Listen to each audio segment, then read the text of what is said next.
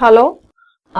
We have already completed this lesson, Democracy in the Contemporary World, and right now it is the time to do the exercises which are given at the back of your book. We will start with question number 1. So, question number 1 till 4 are the short questions, and this question number 1 is in the form of MCQ. You have to tell which is the correct option. Which of the following does not lead to the spread of democracy? A. Struggle by the people. B. Invasion by foreign countries. C. End of colonialism. And D. People's desire for freedom. So, the correct answer is B. That is the invasion by foreign country.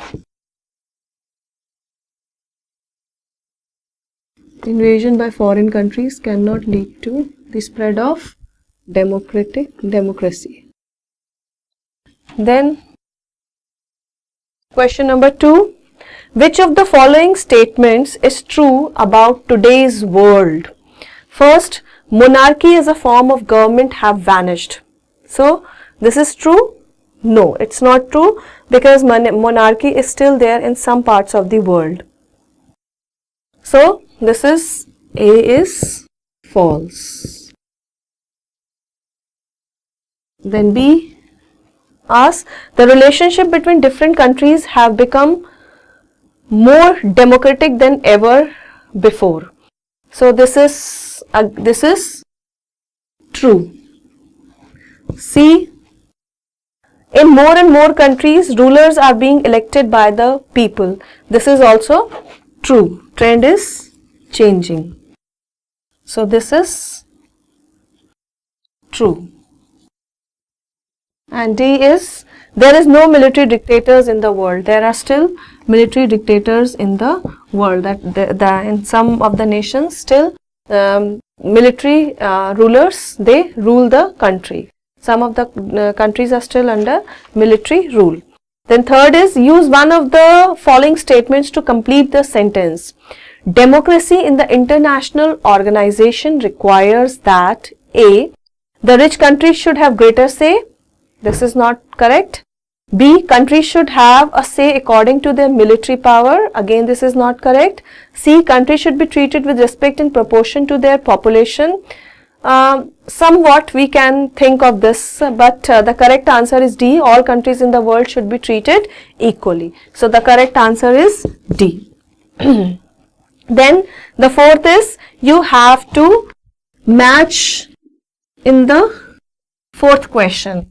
You have to match, the options are given, countries are given, you have to match the option with the path to democracy. So, question 4th is, based on the information given in this chapter, match the following countries and the path democracy has taken in that country. A. Chile. So, the correct answer for Chile is end of military dictatorship. 4th, A. Chile, end of military dictatorship. Then next question is, the next part is Nepal. Nepal, correct answer is king agreed to give up his powers. Nepal, king agreed to give up his powers and become a constitutional monarch. C. Poland. Poland, end of one party rule. End of one party rule. The party was Communist Party. So, this one party rule ended with the worker strike which we had studied, and Wallacre was elected as the president. Ghana, D. Freedom from British colonial rule. Ghana, freedom from British colonial rule. It was the first country in Africa to gain independence from Britishers, and Nkrumah became the president. So, this is fourth. Then Question number 5th. It is in the form of question answers. It is not a MCQ. So 5th is, what are the difficulties people face in a non-democratic country? Give answers drawing from the examples given in this chapter. So what are all the difficulties people will face in a non-democratic country? Suppose India is not a democracy and it is being ruled by a military ruler. What kind of difficulties we will face where we don't enjoy the freedom to express ourselves, where we don't have any rights, where our every movement is gauged? So what kind? We will feel suffocation. So what are the difficulties of the people face in the non-democratic country? First, right to, or you can say certain fundamental rights are denied to them. Certain basic rights, basic human rights are denied to them. Human rights are denied to them.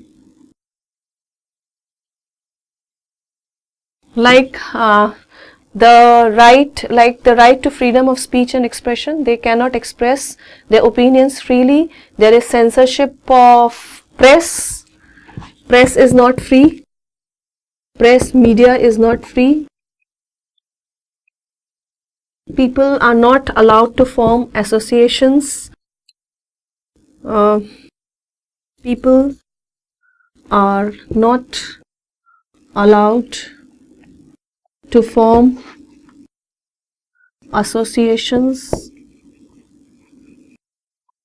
and protest. And in case they raise their voice against the democratically formed, against this non-democratic regime, they are being subjected to most rigorous kind of punishment.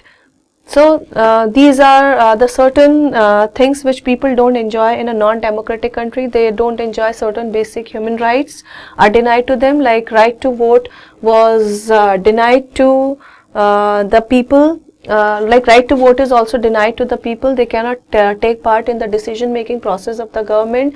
They cannot say that who will take decisions.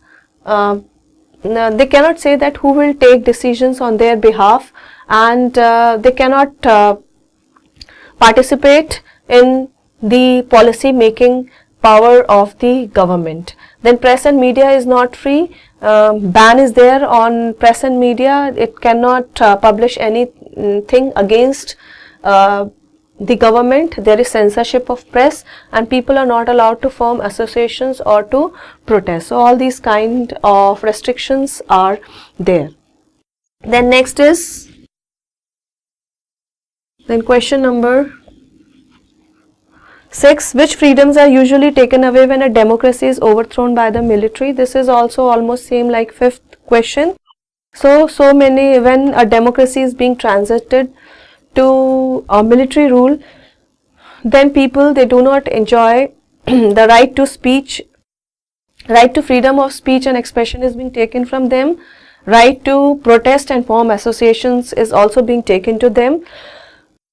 There is censorship of press, and if people raise any kind of voice against the dictatorial rule, then they are subjected to rigorous form of punishment. They are sometimes even killed for any kind of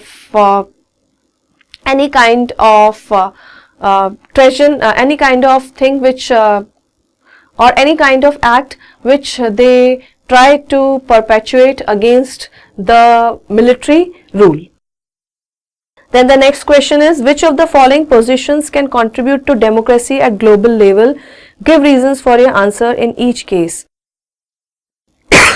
My country gives more money to international institutions. Therefore, I want to be treated with more respect and exercise more power. This is not correct. This position is not correct. Money is not everything. Every country should be treated at par with each other, because the country is made up of people, and the people should have certain rights within a country, and if a particular dominance is there in any kind of international organization, then the other countries are subjected to oppression. B, my country will be small or poor, but my voice will be heard with equal respect because these decisions will affect my country. Now, this is correct. This can contribute to democracy at global level, because it doesn't matter whether a country is small or poor, because again the country is made up of people, and it is the people who enjoy, who make a country democratic or non-democratic. If people don't raise their voice against the non-democratic kind of a rule, then the situation will go on. So, like same way, whether country is small or poor, everyone's voice should be heard with equal respect. Wealthy nation will have a greater say in international. C is wealthy nations will have a greater say in international affairs. They cannot let their interests suffer just because they are outnumbered by poor nation. This is not true. Financial status of a country cannot help that country to gain dominance in an international institution. That is wrong. Because since poor nations are more in number, therefore their voice should also be heard. Big countries like India must have a greater say in international organizations. This can also help to contribute democracy at the global level, because if a country is having more population, then naturally the say would also be more. The say should also be more for that particular country. So that's all under this chapter. I hope by doing these exercises you will have a better understanding of the lesson. Thank you.